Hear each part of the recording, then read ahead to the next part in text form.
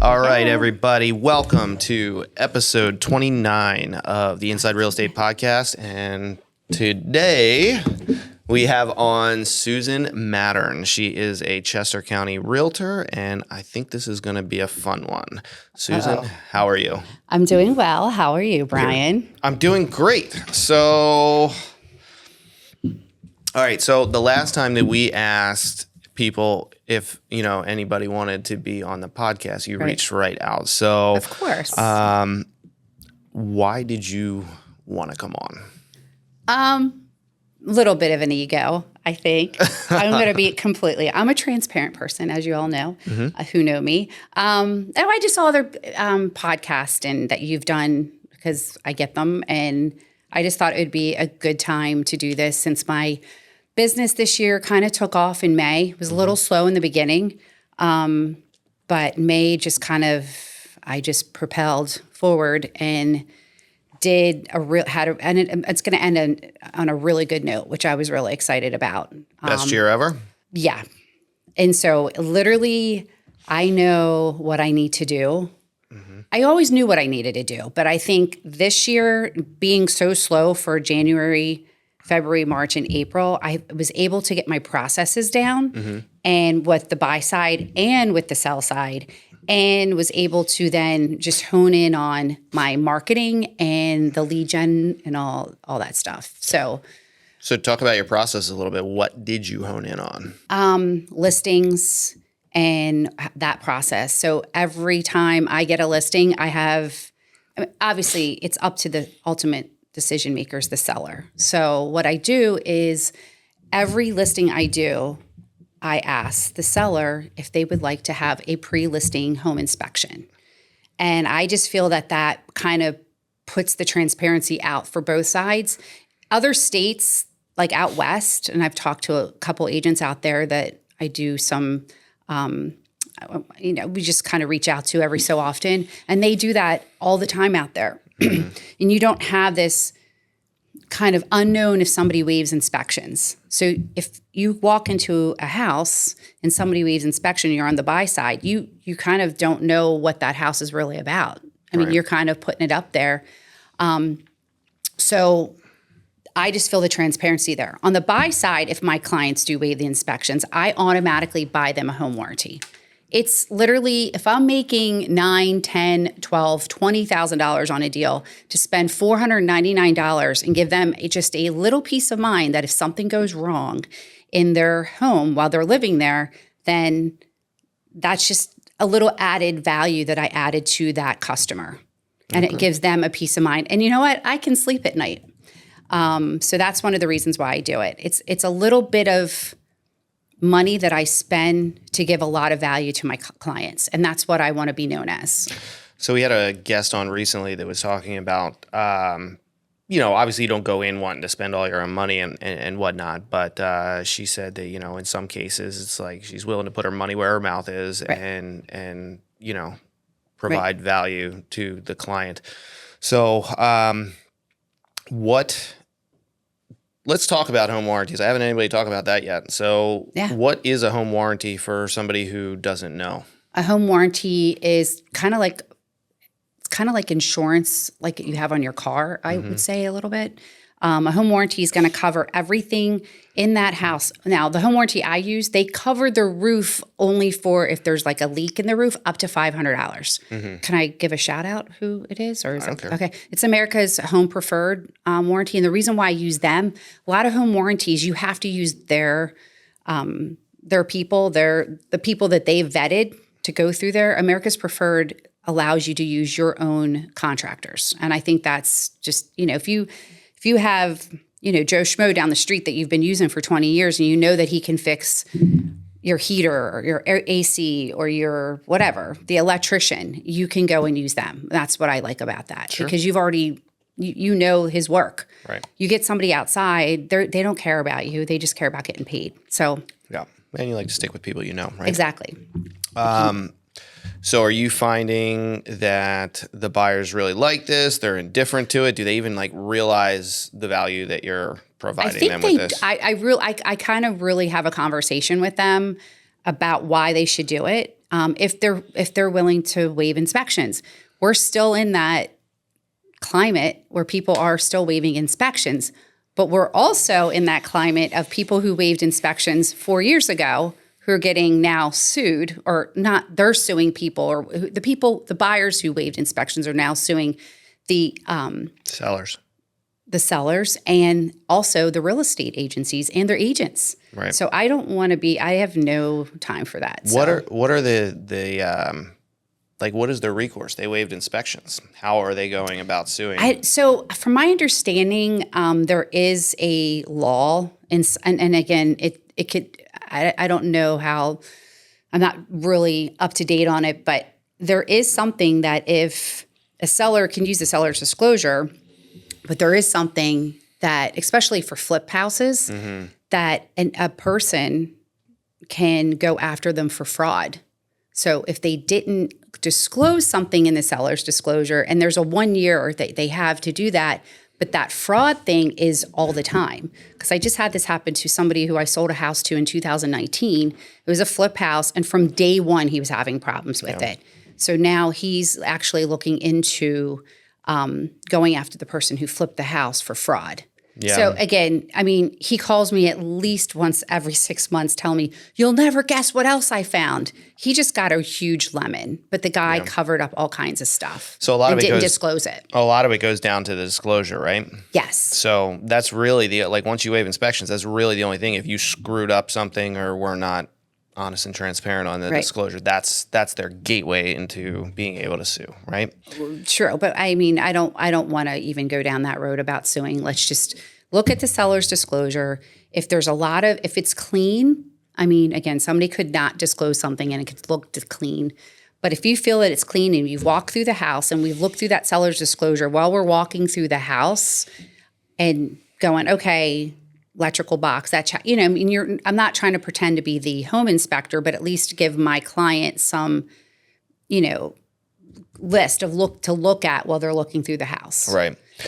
And then you mentioned pre-listing inspections. So I think that since COVID, right, with people waiving inspections like crazy and all that type of thing, I think the pre-listing inspection has caught a little bit of fire, meaning, I think more people are doing them. I think there was always agents that were very big on the pre-listing inspection. Right. But I think prior to COVID, I don't think all the sellers were all too happy about putting out that money up front, a lot of them. Right. But now I think it almost makes it easier for buyers to just focus on bidding on the house as opposed to having to worry about hey, do I even want to touch this house because I don't know anything. Right. And then it puts that seller and the seller's agent, i.e. me, having white knuckles when they are doing. Now, I tell everybody that walks through, you can still have your own home inspection. That's your prerogative. But the seller's taken one step further than other sellers who haven't. And it just shows them that they want to sell their house and that their house is, nothing to hide. Nothing to hide. And it's that much better than that house that you just looked at that didn't have a seller's disclosure, or excuse me, a pre-listing home inspection. Sure. All right. So now digging a little deeper on peace of mind, what other things do you do as a realtor to provide your clients with peace of mind throughout the process? So from again, part of my process is from the beginning, just kind of getting them to know me. The first thing I do is I send them a video resume before I even meet them, because then they're going to know me as a real estate agent and why I love real estate so much. It's literally a minute and a half long. It might be a little cheesy, but I like it. And when people meet me, they're like, "Hey, Susan," like they feel like they already know me when they go through that. So that's the first thing that I do. The second thing is just being me. If I don't know something or if I don't have the answers, I'm like, let me research it. Let me find out. I'm not just going to shoot at my hip and just kind of bullshit people, because people know that right off the bat. I think just my transparency from the get-go is why my clients want to work with me. And then I tell them the processes, and then if it's a first-time home buyer, I always try to have a buyer's consultation, because there's so much contingencies. I mean, I know contingencies because that's all we ever talk about. But the main, like most people don't know what a contingency is, and they don't understand it. And I think by me taking that extra time and showing that I care is going to get us through the process a lot easier. And that's the ultimate, is showing them, like, listen, the weight is not all on your shoulders. It's on mine. And I do this day in and day out. So just lean on me, and I'm going to guide you to the settlement table. And that's our ultimate goal, is to get to the settlement table. That's good. What is your most valuable asset as an agent? I think I just kind of said it, my transparency and just showing that I care.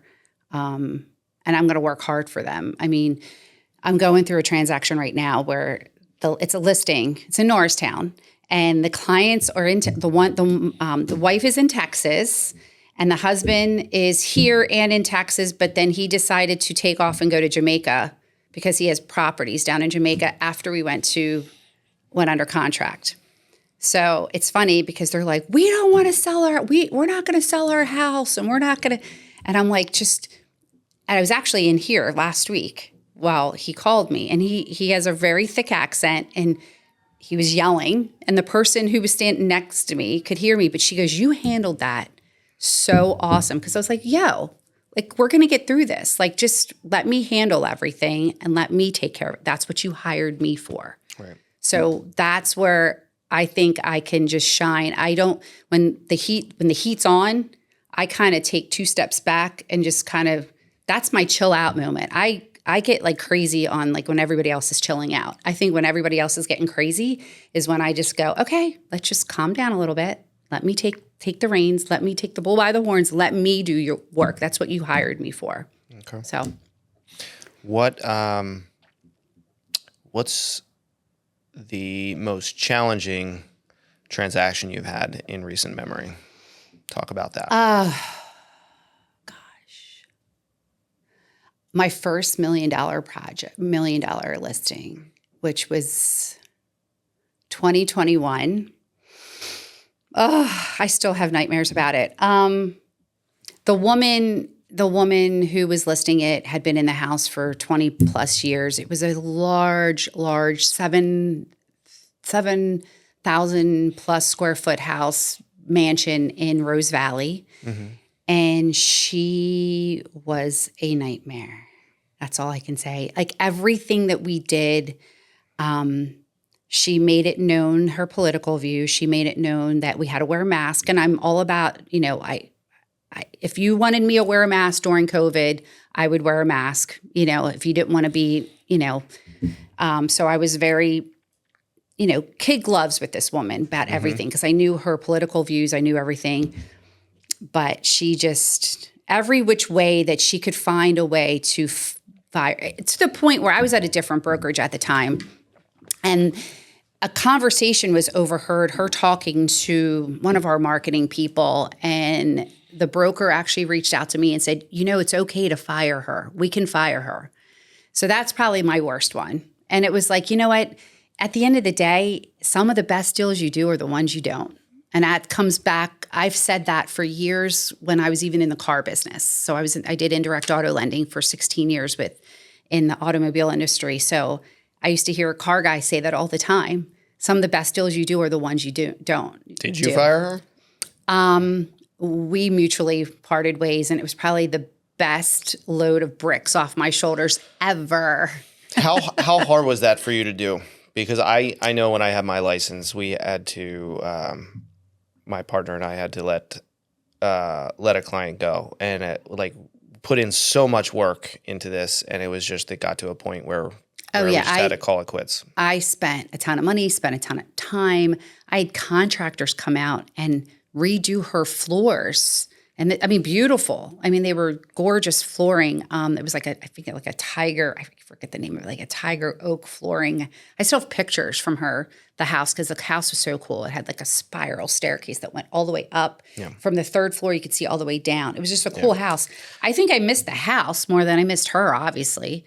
There you go. Yeah, I think that's what it was. Can you pull the mic a little closer to you? I think it was just that it was a learning experience, and that's what I have to take back on every single transaction I do. If it's a yay or a nay, even if I don't even ever do business with that person, it's a learning experience on every single person that I meet. Because again, this is a business where you have to jive with that client. If you're not jiving with them and you're spending all that time with them, then it's not really worth it. There's so many other agents that you can even refer them to. Yeah. So I think that's where I need to start letting the ego down a little bit, and some of those clients just, here you go, give them to another agent that I think that they might be able to jive with a little bit more. Can you, on your end, take the emotion out of a transaction with a buyer or seller, being that that's the general public? They're not professionals at this. I'm starting to, after 10 years, almost 10 years being into this, I say that and it's like scary. But can you, because you're not just taking the emotion out of it for you. I mean, that should be how it is on a realtor's end, but to be able to, are there things you can do to take the emotion out of it for them? Is that possible? Out of it for them.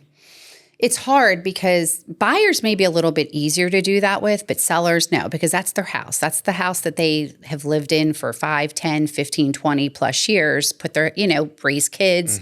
I think that is a little bit more emotional. But again, it depends on where they're at in their lives that they're getting rid of the house. And if they've been in it for 2 or 3 years, it might be easier than if they've been in it for 20. Right. And so...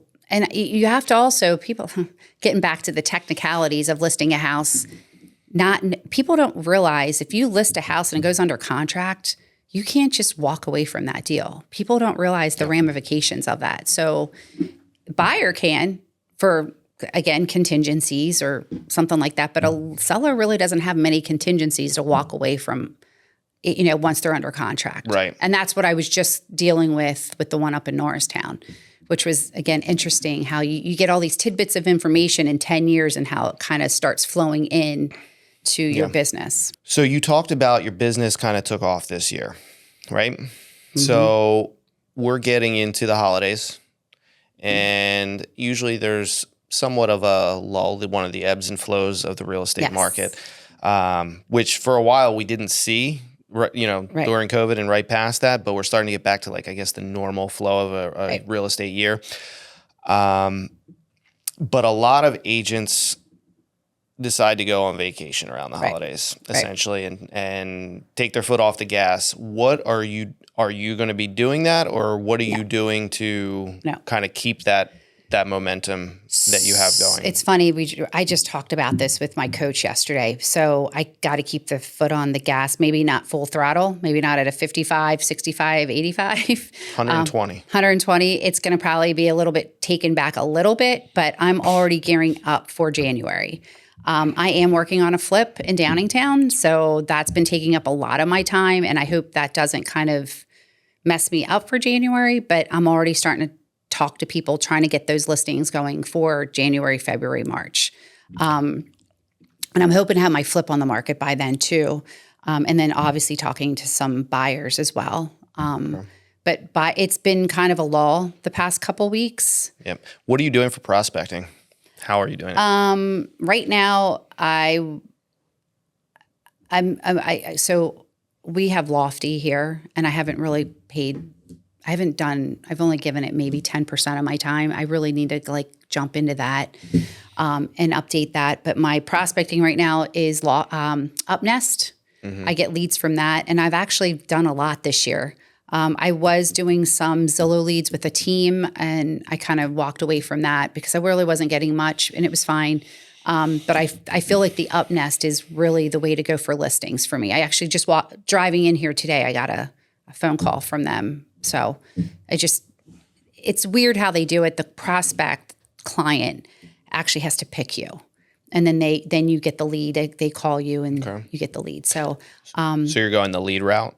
Yeah, for right now. And then I'm reaching out. This is what I'm doing for the next couple weeks for listings is I'm reaching out to my past clients through, so every client gets on HomeBot, which is a service that goes out to all my clients that bought and sell, pretty much that bought from me. And they get an updated report every month on their home. So I'm going to reach out to each one of those clients and send them a little just text. And it's going to go something like this. Hey, did you get my, something like, I'm sending you out this Zillow lead. This is how much your home's worth, your Zestimate. What are your thoughts? And just keeping it very simple like that and seeing who responds back. So I'm going to start with my past clients and then go through some of the people that are on my HomeBot that I added just by talking to them and stuff. You know, I've thought about doing like the postcard route and all that, but really I think just reaching out to my database is going to be where I'm going to start picking up stuff from that. Okay. So, yeah. Cool. So let's talk about Chester County. Yes. If Chester County could talk, what would it say about itself to a prospective buyer? Oh, wow. That's a good one. I should have came up with some rap. Like, I'm cute, I'm quaint. No, boy, here we go. Here she goes, getting weird. No, I think it's Chester County. Oh gosh, it's such a cool place. I've been here since I was 11 years old. And even before that, my aunt lived here in 1980. So I would come out and visit. I didn't know it. All I knew was Westchester. It hasn't been until I've gotten into really real estate. Well, maybe a little bit before that, maybe since I've had kids in the past 24 years, that I got to really know Chester County. I thought Chester County was just Westchester growing up, because I'm the center of universe. Westchester's, yeah. But now being in real estate, I've learned that there's so many different parts of Chester County that are super cool. Like you could be from an hour from here, still in Chester County, and in the middle of a cornfield with Oxford, right? Oxford, Honeybrook, even, which is growing. There's just so many different aspects of it. The other place I absolutely love is like the Elverson area and like Glenmore. I love that area. It's like the horse farms that people don't even realize you have. Yeah. You go to southern Chester County to, oh my God, I'm going blank. What is that place called? We just opened an office there. West Grove. West Grove, thank you. And Avon Grove. Like those are beautiful places too. But it's gonna be a little stinky down there every so often because of the mushroom farms. Yeah. Kennett Square is super cute. I think of Kennett Square as what Westchester was 30 years ago. Back when I was in high school. Yeah. Which I'm dating myself. Like late 80s, early 90s. That's what Westchester used to be. I remember when Main Street at Exton was not there. It was just like an abandoned building. It was an abandoned, and I forget what that building was, but yeah, they're super. And then that's another thing. You get into that house back there that they redid. That was a really cool, old mansion at one point. That was behind that building. I mean, I can go into like different places in Westchester and Exton, like the different housing complexes that have been built in the past like 20 years and be like, oh yeah, I used to go back there and have cake parties, field parties, which I go and point out to my kids every so often and they just look at me and roll their eyes. But yeah, it was a fun place growing up. What's your favorite hidden gem in Chester County? Oh gosh. So I have pictures of this and I was walking one day at East Goshen Park when I used to walk a lot. And I look up and I'm like, what is that over there?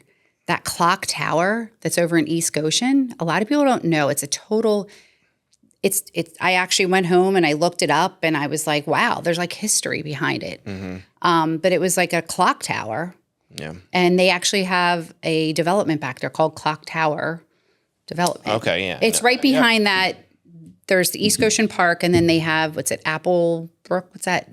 It's a country club back there. Apple Cross is up in Downingtown. It's not I think it might be called Applebrook. But anyway, yeah. That's a really cool place. There's always, if you go down, Northbrook is another place, a hidden gem for me, where they have like the Longhorn steer. It's right. Go down Northbrook. past Four Dogs, you go down Northbrook and you go all the way down to the bottom. It's kind of like where, if you ever did the Marshallton Triathlon, it's where you get into the canoeing part of it. Yeah. There's like longhorn steer back there. And there's a little farm. It's super cute. That's a second one. And I think the third one would be the Whip. I think the Whip is a really cool little place. The Whip is cool. Yeah. It's good for sitting outside in the summertime. Yeah, or even now, like in the fall and having It's like a little chilly today.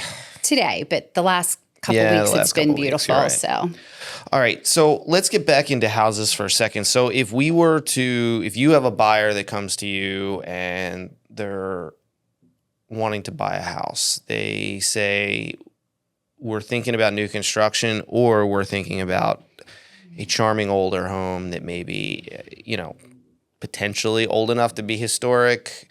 Mm-hmm. What are you going to tell them the pros and cons of each? Because there are definitely pros and cons to each. Like how are you going to approach that conversation? Like what questions are you going to ask them? I think it all depends too of what kind of buyer they are. Are they a buyer? And I hate to be, are they a first-time home buyer that doesn't have the full 20% to put down? Do they only have the minimal amount of money to put down? And then you have to kind of go through their finances, because if they buy an older home, there's so many hidden stuff. And can be a money pit. It can be exactly a money pit. And that's the last thing that I want to do, is put them in a house that's going to be a money pit. Right. Because guess who's going to get the phone calls? Guess who's going to have to list the money pit and find them another house? New construction can be just as tedious of finding new construction. And I think, again, that is the cost of new construction. I think a first-time home buyer is going to be harder with. Now, if it's a buyer that's moving up from maybe a townhome or a smaller home, that might be a little bit easier to get into a new construction. If you are buying a house that is an older home and your husband's a contractor, that might not be so bad. Yeah. Or if you're handy and you can take on those projects. Sure. Yeah. Absolutely. So that's kind of the conversation. If you have somebody that's like, no, my husband sits on the couch, all weekend long and watches sports, this isn't going to be your, no. Sure. So what are the pros and cons? The pros of what? New construction versus that's do you need to put money in there? Pros for a new construction home is you're moving into something, all of your mechanicals are going to be brand new. The con is the house that you looked at, the model home, isn't going to be the house that you move into, meaning you still have to go paint. That would be a con. Mm-hmm. You still have to go paint. You still have to make updates yourself. So even though you're buying a newer house or a brand new house, you still have to do stuff to it. The cons about moving into and the pros for the new construction would be that you're getting all brand new. Yep. I mean, I could make a funny that I say is this toilet seat's never been sat on before. That's what I usually tell people. Although I don't know how accurate that is, because those contractors. Okay, so with new construction, right, there's a lot of companies that put up like shitloads of houses. Right. Right. I don't want to particularly trash any one company, but there are some companies that have good reps and some that don't. Are there more companies with good reputations or with bad reputations? I think it depends on if it's national or if it's local. Because locally, we have some really good new construction people. Yeah. Okay.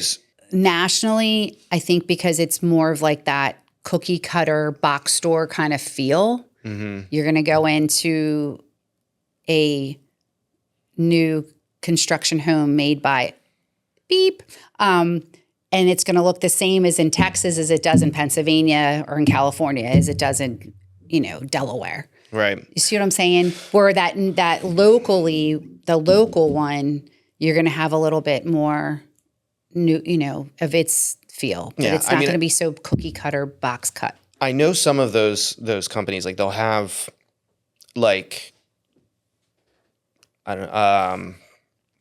let's say Hyundai versus Genesis, right? Right. The low end brand Yes. versus that. So like Yes. within a corporation, they'll have these different Right. things. Is that something you would point out to a client? Like, hey, this isn't this, would you flat out tell somebody they don't have the best reputation if they're looking at homes? No, because I really can't. I don't know. Are you, yeah, I don't know. Are you I guys don't think allowed for to say anything? licensure I'm allowed to really, I mean, and again, would I be transparent? I would say do your research, but I think most people know. Yeah. And I would say, think about this house and what it's going to look like in 10 years, in 15 years, in 20 years. I find that, like, I was just talking with somebody the other day when I was shooting a house, and, you know, I can shoot the smallest house that just has a good vibe to it that's that I would consider photogenic, where I can just put the camera down anywhere and, you know, that the house will just shoot well, right? And it could be a pricey house, it could be a big house, it could have all these bells and whistles, but if it doesn't shoot, it just bothers me because I see some builders that they don't spend the money on the design. Right.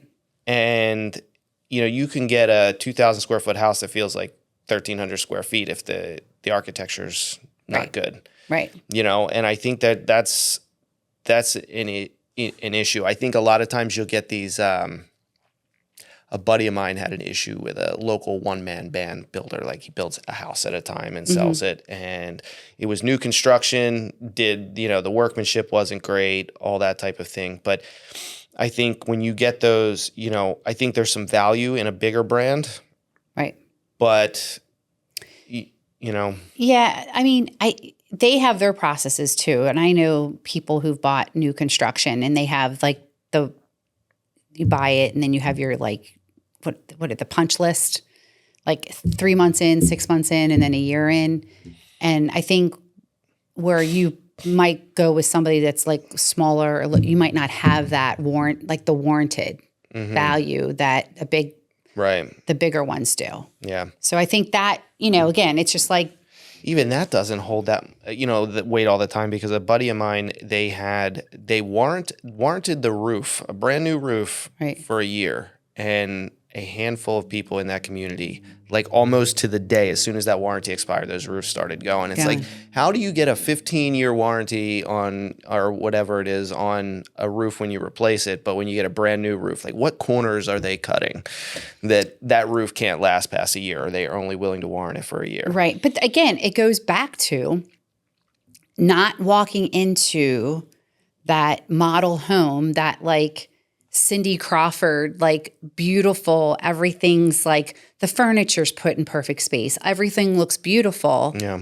You have to really do your research and find out what materials they're using. Yeah. Because if you find out that they're saying that it's a 30-year-old roof, but they're using like stuff that's been, you don't know if it's been recalled, the roofing shingles. You don't know like if the HVAC system they put in is what, it might say that it's a Bosch, but that Bosch model could have been, you see what I'm saying? Sure. They could be cutting corners in the back end that they know that people aren't looking at because they got you at the wow factor. Right. So when buying a new construction, aside from the house itself, what's different from buying, resale, as far as like your ability to negotiate, those type of things? Right. What do buyers not know about on a that? New construction? Right. So like resale, we know what the process is, right? You're going to go in, you're going to negotiate if you can. So a lot of buyers don't realize that they can bring their own home inspector to come in.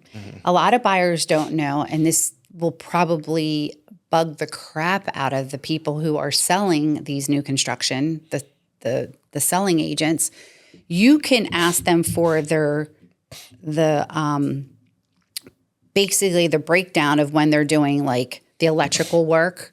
You can actually go into those when they're, getting, the inspections done on that. Because they all have like GCs, I guess, that work for the new builder. And that GC is going to go in and make sure that the electrical is passed. And, again, he might have looked at 10 houses that day and you're the last house they look and he's exhausted from looking at all the electrical, but you are allowed to go in and meet with those contractors and ask questions. Yeah. I did that with one. See, that was in 2021. I had clients who bought new construction, and I told them, I said, let's find out. Let's go see each phase of the house when you're being built. Just because you go and you sign and your house is going to be done for next like 6 months, to say, you can go in through those different phases and take a look and meet with the GC who's overseeing the whole project, and he can explain everything to you. So a lot of people don't know that. There's a process to it. Will a builder tell you that? No. Okay. No. So you go, say I'm not a real estate agent, and I go into the new NV Homes off of Ship Road that are $1 million. Mm-hmm. And they're not going to tell you that you can do that. Absolutely not. They don't want you to know that. They don't want you to mess up their So that goes back their to mojo. Goes back to transparency that you were talking about. Right. So And the other thing too, Brian, is a lot of people don't realize they're not signing a PA agreement of sale. They're signing a builder's agreement of sale. Mm-hmm. Completely How much different is it? Totally different. Huh? How much different is it? You know what? I never sat down and looked at it, but now that you're bringing this up to me, I think I'm going to have to go and check out a builder's contract versus an agreement of sale. Could be a good piece of content for you. Yeah, to do. that could be a really good piece of content. The agreement of sale is protecting you as a buyer in the state of Pennsylvania, and the seller, of course, but the buyer, most definitely that from beginning to end. The builder is only protecting himself, not you as the buyer. Can a buyer go in and use a PA agreement of sale with a builder? Nope. No. So Not the new construction that I've ever dealt with. so if they're You have to use their contract. So if you have to use their contract and you're saying it's designed to protect them, not necessarily the buyer, then what types of adjustments, if any, can be made to that agreement when doing the deal to protect the buyer? How does the buyer protect themselves? That's a good question. I mean, again, if you hired an attorney and you start striking stuff out of a contract,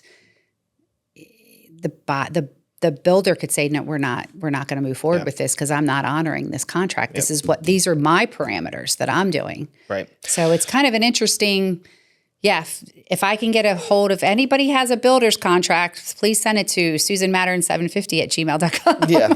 So where you're saying that an older home could be a money pit and there's things you got to watch out for there's just as many things you need to watch out for when buying new construction. Yeah. So there's been people, nightmare stories that I've heard of. The register covers, they'll put one in a wall, but there's nothing behind it. They just did that to make it look like there was like a return in the wall. Yeah. There's crazy stuff like that goes on. Yeah. So a lot of people think that they are maybe saving money by not using a realtor to go in and buy new construction. What would you say to somebody that's thinking that? Wow, because I've had that actually happen, and Me too. It was a relative that did it, and because they were going to get a finished basement if they didn't use a real estate agent. Mm-hmm.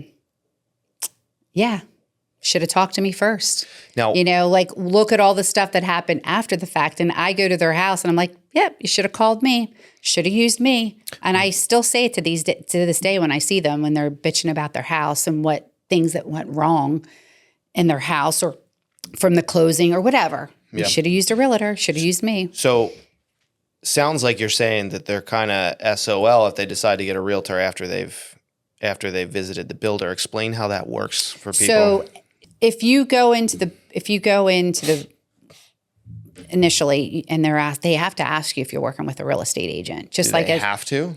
They're supposed to. Is it a legal thing if they don't? I don't know, but they should be asking. But you should go in as the buyer and say, I'm working with Susan Mattern, or I'm working with, I don't know, Rob Lawrence, like whoever it may be. So you should go in, and every time they go into an open house, you should give your client a couple, stacks of cards and say, just keep this in your wallet, give this to your husband, put this in his wallet. So if he goes into an open house, this is my real estate agent. Right. I've had it where the person walked in, they said, they didn't say anything to the person. And then after the fact, they did honor that they could use me. You actually got a builder to do that, huh? Yeah. Yeah. Wow. I thought they were pretty. That was a couple years ago. And that was a local person. Yeah. I mean, I think they, a lot of times the builders are just like, nope, you didn't come in with your agent, Right. and they're cut out, even if you have an agreement signed with an agent or a buyer agency agreement. That's actually a really good question too with the new buyer agency agreement. Yeah. Would that buyer be on the hook to pay a commission even if they went? Yeah. Now, I think a lot of that goes to the agent. So I learned that lesson the hard way, but I think ahead of time, it's better to have that like during your buyer consultation that you were talking about, to explain to them, if this happens, if you guys decide to do this, because I mean, some buyers will go and view homes without their realtor, which isn't, unheard of or necessarily a bad thing, but they should be coached how to properly handle these scenarios. Yeah. And I mean, you don't have to have a formal sit down buyer meeting with your buyers. You don't have to. You could do it like when I always do it when you first meet you're always going to end up in the kitchen. So let them walk around, and then have your buyer agency and your consumer notice right there, and say, hey guys, when you're done, meet me in the kitchen, and just have a quick conversation and go over that with them. And that you could do it in little chunks like that. Every time you can go to the next house and be like, did you know? Kind of do it that way. I think the lesson here is that, a couple things. I think agents need to get very good, if they're not already, at explaining how things work to their clients ahead of time. Because there are a lot of, I think, in the process of being their guide through the transaction, I think part of that is giving them the information they need so that they don't unintentionally potentially screw themselves from representation. And that, I think the agents, especially now after all that, the lawsuit stuff and everything, that I think it's more important today than ever that agents really need to step their game up and not only provide the value, but define the value to their clients. Right. Yeah. Right. Exactly. Yeah. What, so we're coming up on the end. What's your best piece of advice to a home seller right now if they were going to be getting on the market between now and the new year? Give me a call. No, you really need to research and find a good buyer's agent for yourself. Somebody who knows the market, somebody who knows the area. You just got to. And you can interview several buyers agents. You don't have to just go with the first one you meet. Okay. I know it's kind of time consuming if you did do 2 or 3, but if you could do 2 or 3 and, but I'm always, open to talking with people. And even if you don't use me, I'm here to give you some advice on what to do. Again, like I said in the very, very beginning, sometimes the best deals you do are the ones you don't, or, you have to jive with that person. Okay. So make sure if you don't feel comfortable with somebody, or somebody's like trying to throw, you have to use our mortgage broker. You'll get that with a lot of people, like a lot of teams. Just to say no. I want to choose who. Technically not allowed to do that. You're not allowed to do that, but there's agents there's a lot of things that go on in the real estate market that you're not allowed to do, but agents still do it. But if you don't feel comfortable, don't go with. You don't have to use that person. Right. That's probably my best advice. You're going to be in the trenches with them. You should be comfortable with them. Exactly. You should know that you could call that person, and whatever it may be. I've had people call me and they just got in a fight with their husband. Just got in a huge fight with their husband. They're calling me. I'm like the psychologist. I mean, if you feel that comfortable to call your agent and talk to them about the fight that you just had with your husband, that's what you should be doing. That's how it should be. That's how it should be. Exactly. Okay. Yep. Now, for a home seller, what advice would you give them right now? Oh, yeah, that's a tough one, because this is the largest asset that you're selling of your lifetime, and obviously moving up to another larger asset, hopefully. Again, do your homework with the person. Don't always go with the first person. Make sure you're comfortable with them. But make sure they have some sort of process. Ask them what their process is in selling your home. It's not all about putting a sign up in your front yard and doing a couple open houses. Yeah. Make sure that You might want to sell your house for $1 million, but your house might only be worth $700,000. So make sure that that person is bringing all those added value, the numbers to the table too. I know it's a hard conversation sometimes to have with clients, and you sometimes don't want to, upset them because they think their house is worth $1 million. But listen, it would be worth $1 million if you did X, Y, Z. But at this current state, this is what you need to do. You have to know what the value of your home is, so that's going to sell. You don't want to get that agent that's just going to get, we'll sell it for $1 million, and 60 days later, your house is still on the market, and you're wondering why it's not selling. And you only hurt yourself in the long run. So transparency. Okay. All right. And we ask all of our guests to send us off with a positive message to the world. Okay. So I'm going to throw this one at you. And this is a line from a movie. Okay. Don't let your dads eat pie. What movie is it? I have no idea. Hot Rod. Oh, yeah. No. I'll have to put that one on my list. You've seen that, right? No, we had to talk about it. No, he's kind of chuckle. He doesn't know any movies. No, my best advice is if you're a real estate agent and new or don't ever let your foot come off the gas pedal. You might be able to slow down a little bit and readjust, but just keep going. Just stay focused and keep moving forward. Don't let the little stuff distract you. Just keep looking forward and moving forward. I think that's probably I wish I would have had that advice in 2016 when I started. Don't let all the little distractions and the bug zappers get you. Just stay focused, keep moving forward. Whatever happened yesterday is the past. The only thing you could do is change the future. Great. Yep. That's it. Thank you, Susan. Thank you. Thanks. That was fun. It was fun.